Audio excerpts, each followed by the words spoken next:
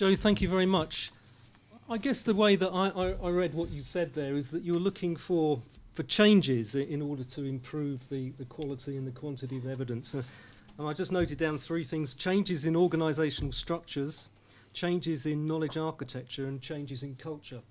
So maybe we'd like to think about coming back to Jo about how she sees these changes being brought about at questions, but that's just a quick point. Let's move over to John, please. Right. Also, I found this right in my face. I think so. Okay. Also, I found this quite difficult. It's one of these problems where everything is joined up to everything else. And so I've taken, in a way, the coward's way out and decided to talk a little bit about the past. And a problem that I think has been around right from the beginning of this subject, which began, you've probably never even heard of it, a thing called disaster epidemiology.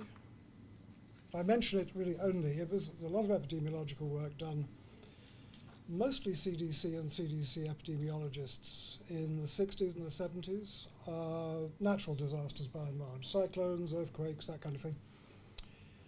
And being good epidemiologists, they did multiple studies and reviewed the studies and found patterns in the studies.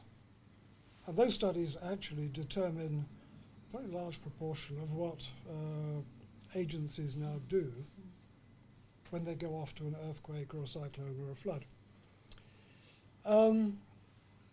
Getting that information used by agencies wasn't easy. There's quite a lot of naivety about it at the time. The idea that we put up the evidence, they listened, they found it sensible, they went and did it, everything was okay, we could move on, is a model that didn't really work. And it actually came down to quite a lot of attacks in the press, media coverage of various kinds. I was involved somewhat myself, but take an example, Fred Cooney, you may have heard of, got killed in Chechnya, and Ian Davis, Oxford Polytechnic, did a huge amount of work on disaster housing. There was a great vogue at one time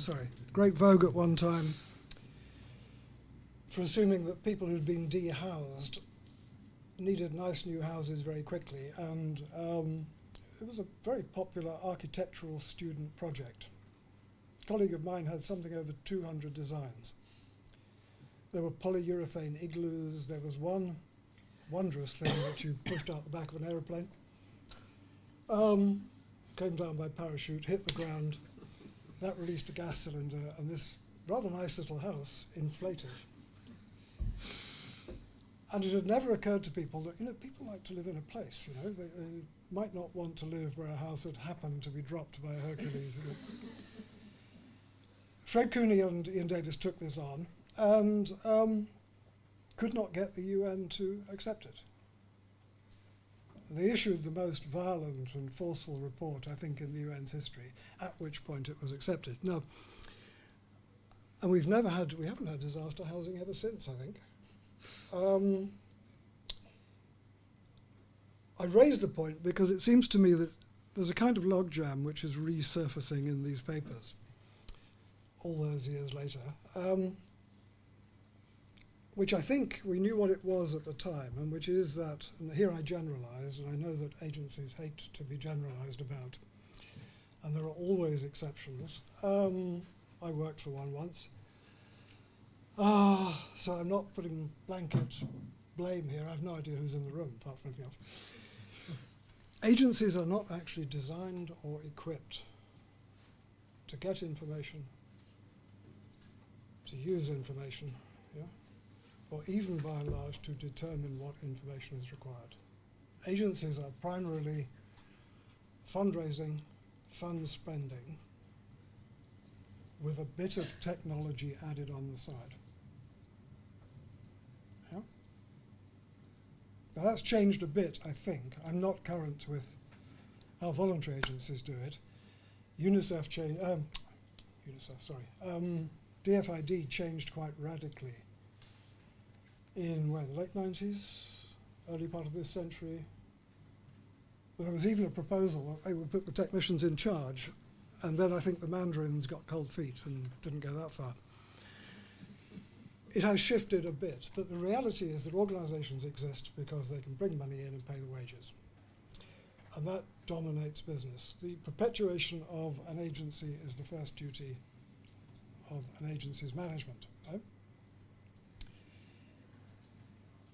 No agency can be, except perhaps for very highly specialised ones, can be set up to encompass a field, to stay up with the literature, to determine what questions need to be asked, and even more to go out and ask them. Get good, high-quality answers. So that's one problem. The second problem, oh, I'll just mention it here. It was in the main document. I didn't see it in the short one. There's a remark, I think slightly disparaging, that agencies tend to work on received wisdom. But let me just say here, they do. And I think because of the way they're constituted, they probably should. In fact, we all work on received wisdom. Chocolate makes you live longer. You eat more chocolate. 3 weeks later, you discover this was the chocolate sales encouragement agency that commissioned the research. It's a reality. Nobody encompasses all these fields or can stay up with it. And we all, therefore, need received wisdom. The question is, where did you get it from? And how wise is the wisdom, right? Look, the second thing, and this is sort of private hobby horse, but I think it is relevant. I've always been slightly disturbed by the idea of humanitarianism in the sense that it creates a dichotomy which, certainly in large areas of this business, is a false dichotomy. Now, famine, whatever that is, has been my preoccupation for quite a long time. And to use it as an example, what is a famine? Answer, it's whatever you want it to be. There is a continuum from the starvation of extreme poverty at one end through to the sort of event that happened in Somalia at the other. Yeah? And any line that you draw is arbitrary. Okay?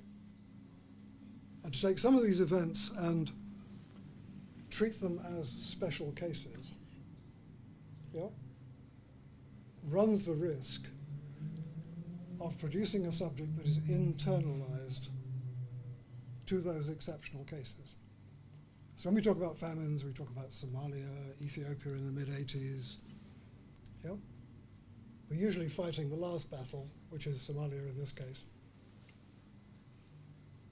And we're not representing a huge range of events which have occurred, which we didn't even know about sometimes. Yeah?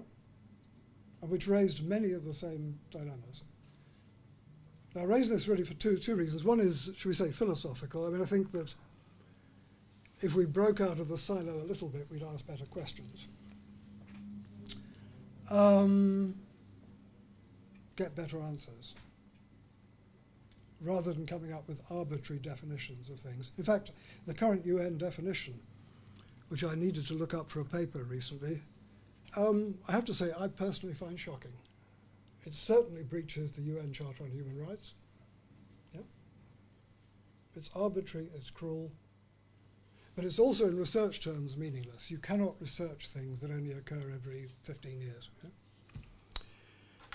You need a deeper and more fundamental understanding of process and how we got to this point. Right? So, where does all this lead us? Now, it seems to me that the problem to be resolved here is, okay, to put it in a parody almost, we actually mostly work on received wisdom. Yeah? We don't necessarily go deeply into other people's subjects. The range of things we're concerned with is very wide. There is actually very little consensus, I think, at the moment about what the questions are. 30 years ago, it was obvious what the questions were. They've become more and more difficult ever since. You know, you do the easy ones first, and then it just goes on getting harder. How might we square that circle? Now, I've not really thought this through in great depth, because I'm not part of this anymore, but it would seem to me that what we need is a way of generating clear, agreed, received wisdoms which lead to clear questions, which lead to research, which lead to improved received wisdoms. Yeah? Which is to say, we stop regarding this as an exceptional subject and start regarding it as like any other branch of proper science. Yeah? You do an experiment, you get a result. That doesn't mean anything. You replicate it 5 times, 10 times, 15 times. You start getting patterns out of it. It starts to mean something. Okay? And if I had the money, I think what I would personally start to do, you've got the money, is to take a lot of this data and start commissioning serious reviews of the data. And by serious reviews, I mean reviews which are removed from all the pressures and biases that are intrinsic to any agency's operation. You know, the Me Too thing, yeah? I'm a nutritionist, I know the answer thing, yeah? Something like, well, the Cochrane collaboration comes to mind. What you need is reasonably independent reviews of evidence, saying, we've looked at 300 papers, 200 of them we throw out because they were worthless. Yeah? 100 tell us something. What they tell us is this. We can or can't construe something from that. What needs to be done next is this. Yeah? Good.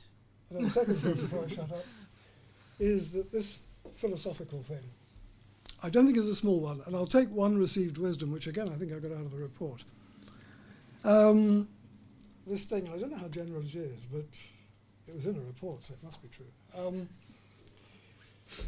The donors never listen to early warnings, so why make early warning, right? I don't know if it is a received wisdom, it certainly has been one. Look, let me tell you, I mean, I've been in the early warning game for a long time, and I tell you, absolutely straight, we know exactly the conditions that are required for donors to consider, and this is donor by donor because they all have their own little quirks, to consider an early warning seriously and be prepared to potentially act on it, right? Donors do not always act on early warnings, either because they don't share your philosophical perspective or there is some political impediment to doing so. For example, in Somalia, I don't know, but State Department briefing would suggest to me that the US really didn't want to put food into al-Shabaab areas. Yeah? It happens. But actually it's very rare. Work I've been doing, we have never once failed to have donors take us seriously or to act on the evidence in a timely way. Now this isn't for me to brag, it is to say that received wisdoms become, in a closed subject, humanitarian subject, become blocks. You know? It just becomes a fact. What we don't do is say, look, how do we come to know this? What evidence have we got? Right, I'll stop there. John, thank you very much. That was a wonderful little tour, starting off in the 70s with your epidemiologist friends. For those of you who don't know, Fred Cooney was an extraordinary character, wasn't he? He set up an organisation called Intertech, and he was a Texan, I seem to remember, wasn't he? He wore cowboy boots every emergency that I ever went to. But John then took us from these stories, dropping things out of planes, extraordinary business, never heard of that. But I think you ended up in a slightly similar place to Joe, really, basically asking for more rigour, more systematic reviews. So that was my interpretation of what John said. I've got lots and lots of questions from our online audience. Thank you for those. We'll come to them in a minute. But please, over to you now. Any questions, comments, clarifications? And please, when you do speak, could you say who you are and what your organisational affiliation is, if you have one? Madam, please, we'll start with you. You seem very keen.